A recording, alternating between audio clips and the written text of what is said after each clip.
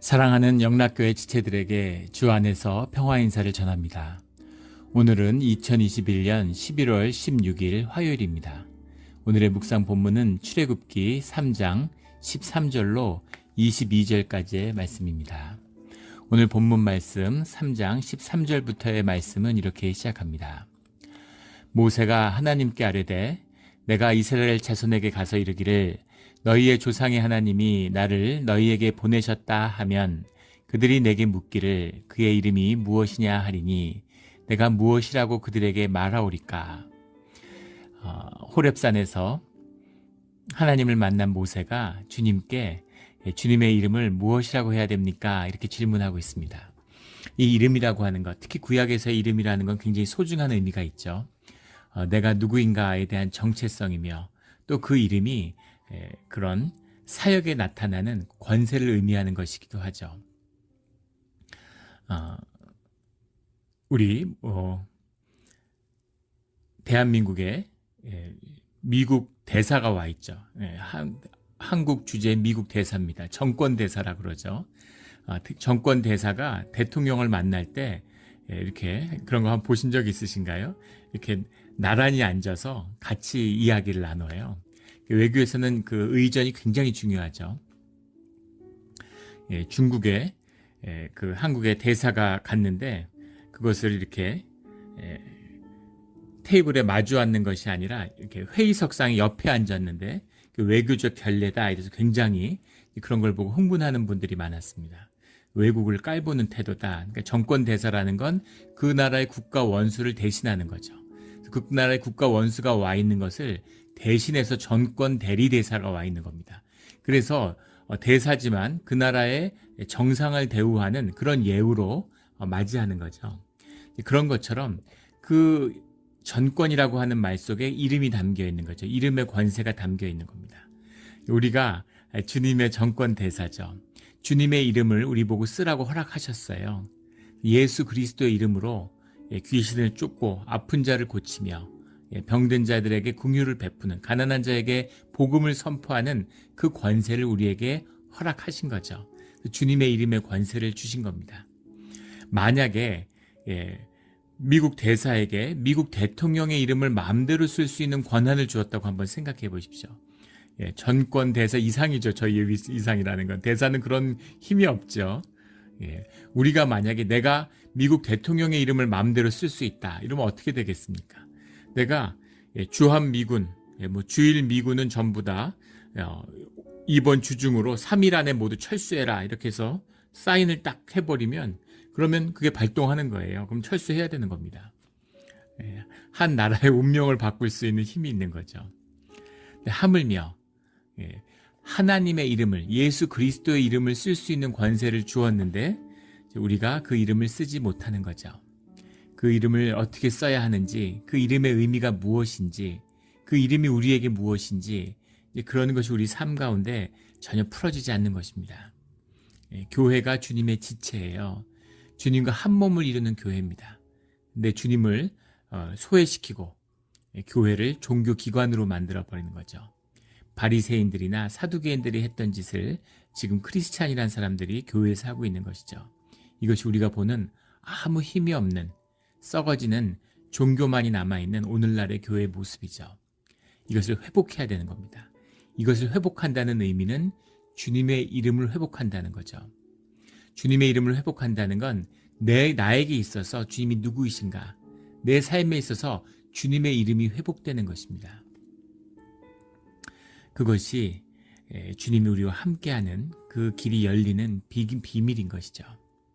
우리 모세가 주님을 만나는 것처럼 주님의 이름을 새롭게 받는, 주님의 이름이 우리의 삶 가운데 새로워지는, 주님 안에서 내 이름이 새롭게 되는 그런 신앙의 길이, 참된 길이 열리기를 예수 그리스도 이름으로 축원합니다. 내가 무엇이라고 그들에게 말하리까? 라는 이 이름, 또 외국인들은 모든 신에게 이름이 붙어있고 다신교 사회죠.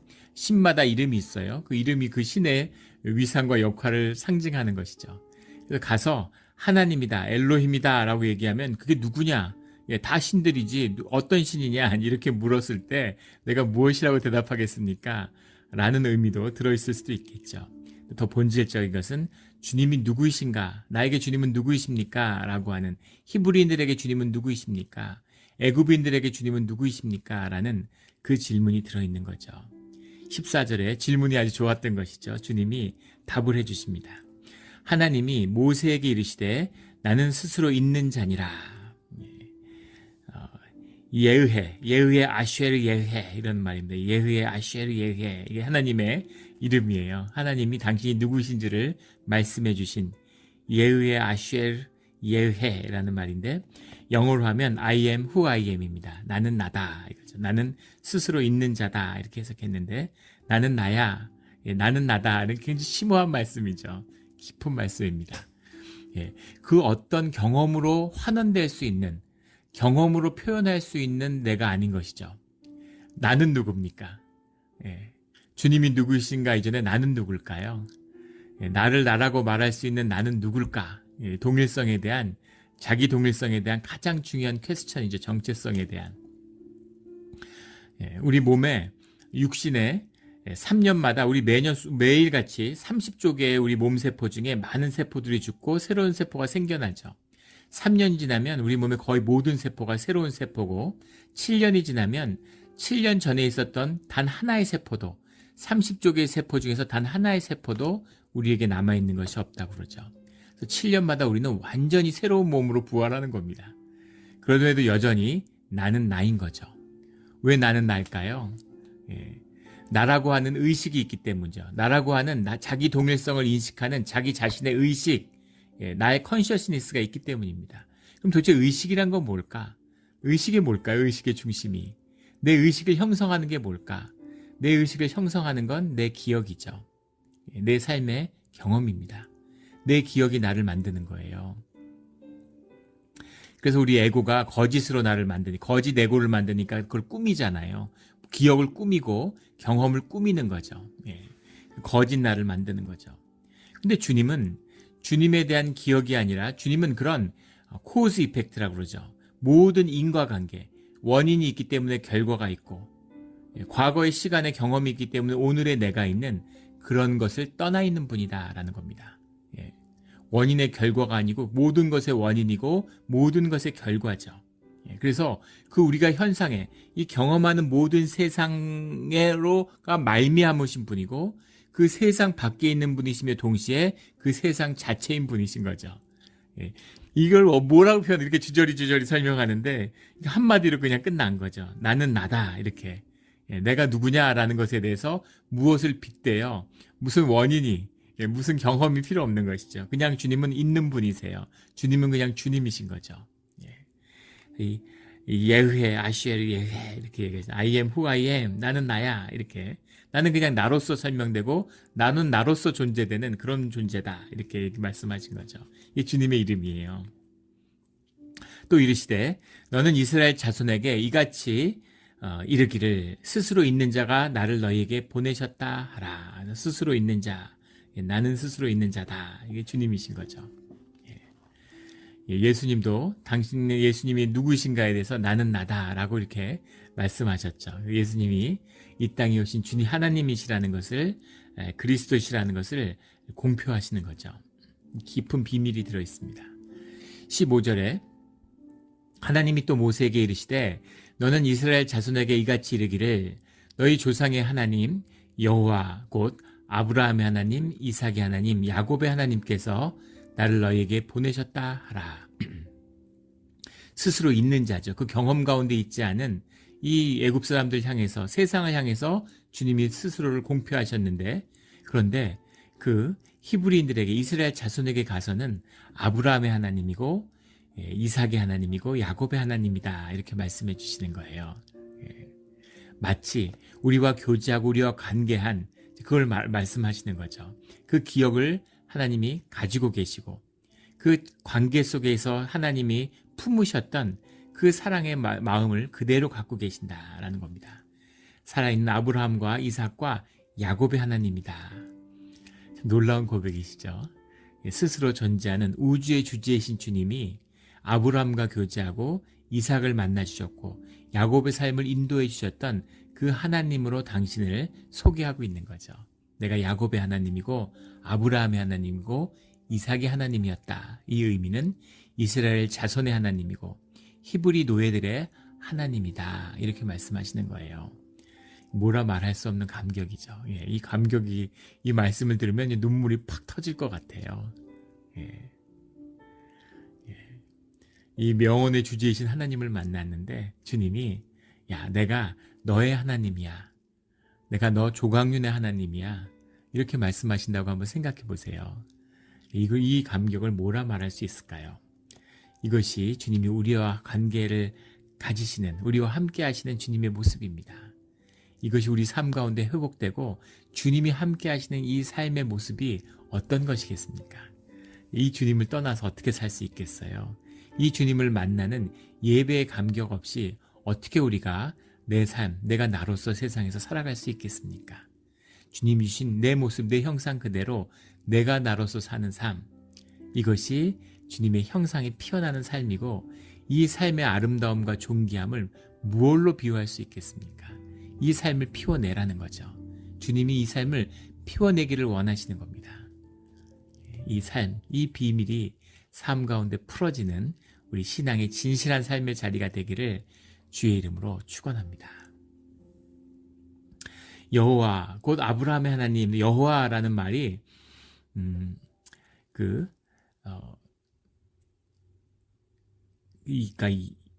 여기 지금 우리가 지금 나눈 예의해라는 말과 같은 의미입니다. 예의해인데 예의해라고 하는 이 이름을, 주님의 이름을 이 이스라엘의 자손들이, 이스라엘이 입에 담지를 못하는 겁니다. 너무 존귀한 이름이니까. 그리고 유대교의 전통 가운데서는 그런 전승이 있어요. 주님의 이름을 잘못 발음하면 목숨을 잃는다는 그런 기록들이 많이 남아 있습니다. 그래서 그 이름을 입에 참아 담을 수가 너무 귀한 거니까 입에 참아 담을 수가 없는 거죠. 존귀한 거고 우리의 죄된 몸에 담을 수가 없는 것이죠. 그래서 이제 위대한 요해, 바흐해, 영어로 하면 YH, WH, 몸을 다 빼버린 거죠. 위대한 네 글자, 뭐 이렇게도 바르고, 네. 테트라그라마톤이라고 그러죠. 위대한 네 글자, 이렇게 바르는데, 예의해, 요해라고 발음할 수가 없기 때문에, 요 네 글자가 나오면, 이 성경을 읽다 네 글자가 나오면, 히브리 사람들은 이걸 아도나이, 나의 주님, 이렇게 부르는 겁니다. 아도나이, 아도나이, 이렇게 부르는 거예요. 근데 우리가 발음하는 여호와라고 하는 것, 예우하죠. 예우하라고 하는 말은 야훼, 이 예의해의 자음과 그 다음에 아도나이의 모음을 결합시킨 겁니다. 한 발자국 나와 아도나이라고 부르다가 주님의 이름이 한 발자국 다가서서 그 예의해를 있는 그대로 발음할 수는 없고 그 네 글자에다가 요후의 바부에다가 아도나이의 모음을 붙여서 만들어진 것이 예우하라고 하는 우리의 예우하라고 하는 게 우리가 지금 여기서 말하는 여호와죠. 이 예우하가 이제 헬라어로 음역이 되고 다시 라틴어 성경이 되면서 라틴어로 음역이 되고 이것이 다시 영어로 번역되면서 영어로 번역된 것이 제호보화죠. 이 제호보화를 한글로 음역된 게 이제 여호와입니다. 우리가 지금 여호와 하나님, 구약에서 여호와라고 부르는 여호와가 이렇게 나타난 거죠. 그것이 이제 시작이, 그 이름에 주님이 말씀해 주신 그 이름이 예의해라고 하는 이 이름이죠.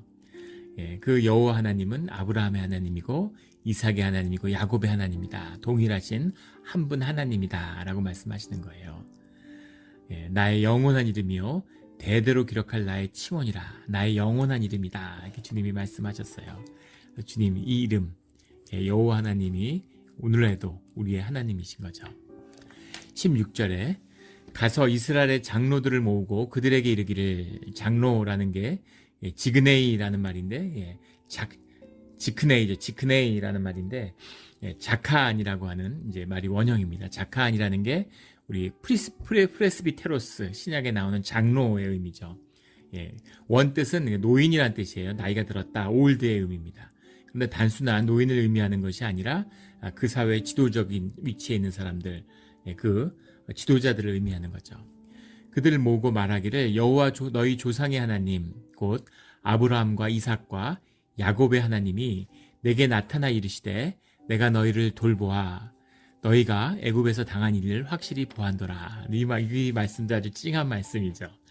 창세기 50장 24절에 요셉이 떠나면서 이 이스라엘의 자손들에게 남기는 마지막 말이잖아요. 거기서 돌본다라는 이야기를 합니다. 주님이 너희들을 돌보실 것이다. 이렇게 요셉이 창세기 50장 24절에 가면 요셉이 그의 형제들에게 이르되 나는 죽을 것이나 하나님이 당신들을 돌보시고 당신들을 이 땅에서 인도하여 내사 아브라함과 이삭과 야곱에게 맹세하신 땅에 이르게 하시리라. 이렇게 말씀하시죠. 주님의 영감이 어린 주님의 말씀을 증거하는 거죠. 대언하면서 하는 것입니다. 하나님이 당신들을 돌보시고 할 때 이 돌보시다라는 말, 파카드라는 말인데 이 파카드라는 말을 다시 한번 받아서 쓰고 있는 거죠. 아브라함과 이삭과 야곱의 하나님이 내게 나타나 이르시되 내가 너희를 돌보아. 그 말씀을 그대로 요셉에게 주셨던 말씀을 다시 모세에게 주고 계시는 거죠. 그리고 이 말씀이 성취되었음을 400년 지났어요. 400년 전에 주님이 뭐라고 말씀하셨는지를 4년 전에 무슨 말씀을 하셨는지 넉 달 전에 무슨 말씀하셨는지를 기억하십니까? 그런데 400년 전에 하신 말씀을 기억하는 거죠. 주님은 그 모든 말씀을 여호와 이름조차 잊어버린 이 백성에게 찾아오셔서 그 이름을 회복시키시고 그 약속을 이제 지키겠다고 말씀하고 계시는 겁니다. 하나님이 신실하신 분이죠. 하나님은 우리에게 주신 약속을 결코 잊지 않으세요. 그래서 우리가 그 약속을 기억하고 우리가 그 약속에 대해서 신실하면 주님이 그 약속을 우리 가운데 성취시키시는 겁니다. 주님이 하시는 일이죠. 주님이 주신 그 축복의 약속들을 하늘의 축복을 하나도 놓치지 않고 이 땅에서 다 누리며 살아가는 우리의 신앙의 삶의 자리가 되기를 주의 이름으로 축원합니다. 17절에 내가 말하였거니와 내가 너희를 애굽의 고난 중에서 인도하여 내어 젖과 꿀이 흐르는 땅 곧 가나안 족속, 헷 족속, 아모리 족속, 브리스 족속, 히위 족속, 여부스 족속의 땅으로 올라가게 하리라 하셨다 하면 그들이 내 말을 들으리니 그들이 내 말을 듣는다라는 말이 쉐마라고 하는 순종이죠. 순종한다는 겁니다. 주님이 하시는 말씀을 듣는다라는 건 그냥 들어보는 게 아니에요. 누가 얘기하는 것 한번 들어보고 그 다음에 순종할지 안 할지 판단하고 그런 사람은 영원히 주님의 말씀을 듣지 못합니다. 우리가 주님의 말씀을 순종하는 모습이 될 때 주님의 말씀이 우리에게 임하는 것이죠. 이거 쉐마입니다. 그래서 말씀을 교회 평생 다녀서 설교 듣는다고 주님의 쉐마가 임하는 것이 아니죠. 주님의 말씀은 우리가 진실로 주님 앞에 참된 순종의 길을 갈 때 주님의 쉐마가 임하는 겁니다. 말씀으로 주신 구원의 뜻이 다시 말씀으로 찾아온 거예요. 이 말씀이 우리를 돌보는 것입니다. 내가 너희를 돌보아 라는 돌본다 라고 하는 말씀을 주시잖아요. 그 말씀이 주님의 임재죠. 주님과 함께 있는 동안에 우리의 삶의 모든 것이 풀어지는 그런 형통의 복이 열리는 것이죠. 이것이 그 비밀입니다. 젖과 꿀이 흐르는 땅, 주님이 약속하신 풍요롭고 비옥한 땅이죠. 근데 여기서 한 가지 꿀이라고 하는 것이 우리가 요즘 먹는 이제 그런 꿀은 아니고 그 팔레스타인 지역에 있는 대추야자의 열매 즙이라고 그러죠. 그래서 무슨 이 꿀이라고 하는 것이 우리가 먹는 꿀하고는 좀 다르지만 그때는 이걸 꿀이라고 불렀던 거죠. 그것이 넘치는 풍요로운 땅을 의미하는 거죠. 약속의 땅, 땅의 축복을 주시겠다는 겁니다. 유대인들은 땅의 축복을 받았어요. 이 비밀의 문을 열었기 때문에 어디 가도 땅의 축복을 누리는 겁니다. 근데 크리스찬들은 땅의 축복이 아니라 하늘의 축복을 받은 자들이죠. 근데 하늘의 축복은커녕 땅의 축복도 누리지 못합니다. 종교의 거짓 때문이죠. 종교의 거짓을 패하고 삶의 진실을 회복해야 말씀의 진실한 말씀을 만나는 거죠. 이 쉐마입니다. 쉐마가 회복되지 않으면 교회도 예배도 우리의 삶도 무엇 하나 회복될 것이 없어요. 이것이 회복돼야 되는 겁니다.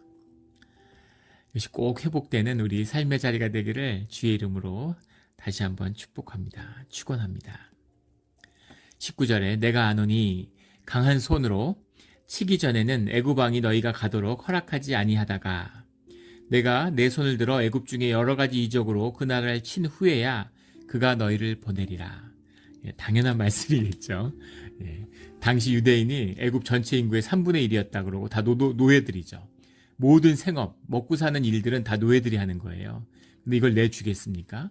노예들이 나간다 그러면 그래 수고 많았다 나가라 그러지 않죠. 예. 노예 노동을 하거나 죽거나 둘 중에 하나인 거죠. 그게 노예입니다. 지금 미국 인구가 한 3억 3천 정도 된다 그러는데 지금 히스패닉 인구가 한 5천 된다 그러죠. 근데 지금 만약에 무슨 모세가 아니라 멕시코나 중남미에서 뭐 호세가 한 명 와가지고 미국 대통령을 만나서 내가 모든 히스패닉을 인도하여 데리고 나가겠다 미국에서. 그래서 5천만을 데리고 나간다고 생각해 보십시오. 미국 경제 붕괴되죠. 이렇게 경제가 고도화되고 발전해 있어도 5천만이 빠져나가면 경제 무너지는 것입니다.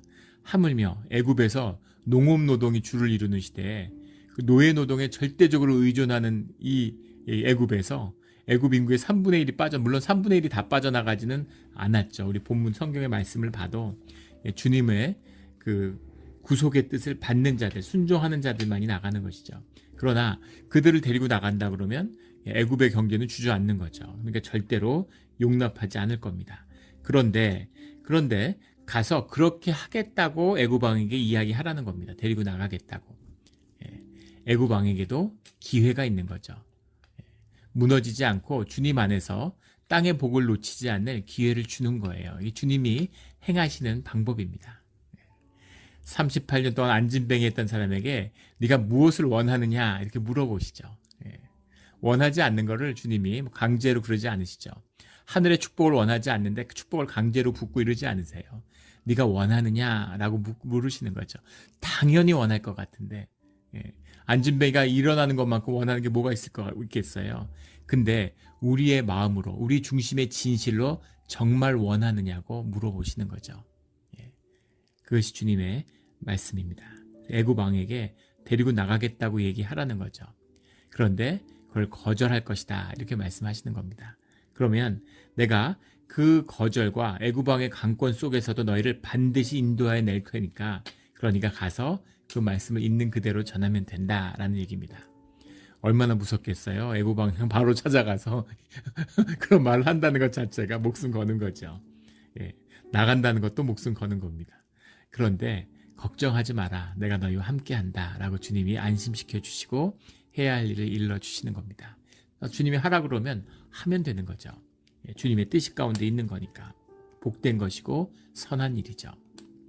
21절에 내가 애굽 사람으로 이 백성에게 은혜를 입히게 할지라 너희가 나갈 때 빈손으로 가지 아니하리니 너희가 노예 노동을 했는데 그것으로 나가지 않고 그 시대에 가장 부유했던 애굽에게서 애굽 사람을 통해서 너희가 은혜를 입게 하겠다라고 말씀하시는 거죠. 이 주님이 하시는 일이에요. 세상의 부가 산처럼 쌓여 있습니다. 주님이 그것을 주의 자녀들에게 돌리겠다고 말씀하시는 거죠. 그 은혜를 힘입어 살아갈 수 있게 하겠다고 말씀해 주시는 겁니다. 주님의 은혜죠. 22절에 여인들은 모두 그 이웃사람과 및 자기 집에 거류하 있는 여인에게 은과 패물과 금패물과 의복을 구하여 너희의 자녀를 꾸미라. 너희는 애굽 사람들의 물품을 취하리라. 이렇게 말씀하십니다. 여인들은 그 이웃사람과 자기 집에 거류하는 여인이 누구냐? 그 이웃사람은 이 고센 땅에 와 있고 또 히브리 사람들 주변에서 같이 살아가고 있는 삶이 섞여 있는 애굽 사람들을 의미하는 거겠죠. 그리고 당연히 그 애굽 사람들이 누구겠습니까? 이 히브리 사람들을 지배하는 자들이겠죠. 조선시대 때, 식민시대 때 조선에 들어와 살고 있는 일본 사람들을 생각하시면 될 거예요. 근데 자기 집에 거류하는 여인이 누구냐라는 거죠. 자기 집에 거류하는 히브리 사람들을 집에 거류하는 여인이 있나? 이렇게 생각될 수 있는데 그 자기 집이라고 하는 건 사실은 히브리 사람의 집이 아니라 애굽 주인의 집이죠. 이런 하우스홀드 슬레이브를 얘기하는 거죠.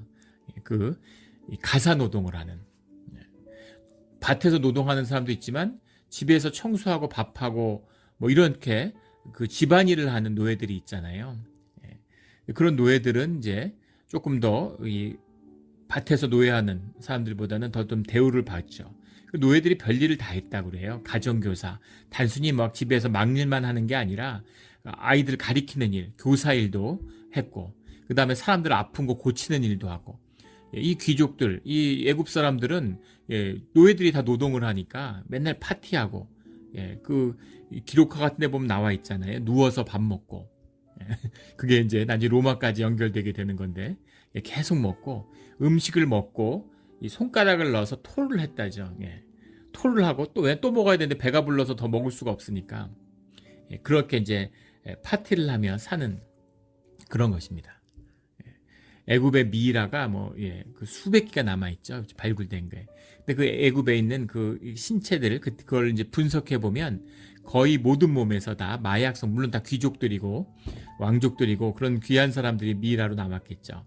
근데 몸에서 대부분 몸에서 마약 성분이 이제 검출된다는 거예요. 예.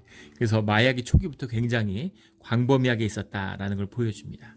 그래서 마약하고 파티하고 이런 게 삶의 중심인 거죠. 그렇게 살아가는 사람들이니까, 예, 거기서 하우스홀드로 살아가고 있는, 예, 그 노예들이 자기 집의 주인이죠. 마스터스 와이프입니다. 예, 그 주인집 여인, 예, 주인마님이죠.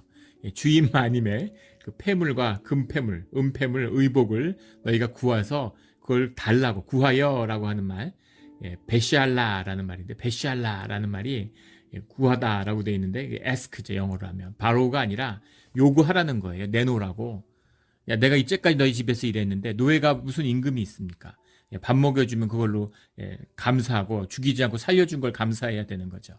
죽어라 열심히 일했는데 나올 때 그냥 나오는 게 아니라 너희가 노동한 거에 대한 대가, 임금을 취하게 될 것이다, 이 말이에요. 예. 그래서, 예, 우리가 나가야 되니까 이제까지 일 열심히 해줬으니까 400년 동안 노예를 했는데, 그러니까 폐물도 좀 내놔라. 너 폐물 많잖아. 이 예쁜 옷 많잖아, 옷장에. 우리가 입고 가게 그 옷 좀 내놔. 이렇게 구하라는 거죠. 예, 집주인이 얼마나 황당하겠어요. 예, 살려준 걸 감사해야 되는데, 근데 이제까지 일한 거에 대해서 쳐서 금폐물하고 옷 내놓으라 그러니까 황당하겠죠. 그런데 그렇게 취해서 나오게 될 거다라고 주님이 말씀하시는 거죠. 예, 허겁지겁 살기 위해서 나오는 게 아니라 당당하게 행진하면서 너희들 일한 거 다 대가를 치르고 그걸로 금폐물, 은폐물 하고 그 다음에, 예, 귀한 옷 입고 그렇게 당당하게 나오게 될 거다. 예, 내가 그렇게 인도하여 낼 거다. 이렇게 말씀하시는 거죠. 이 주님의 약속입니다. 이 약속을 붙들고 그렇게 나오는 거죠. 당당함. 아, 내가 노예인데 아니죠. 노예지만 주님의 자녀입니다.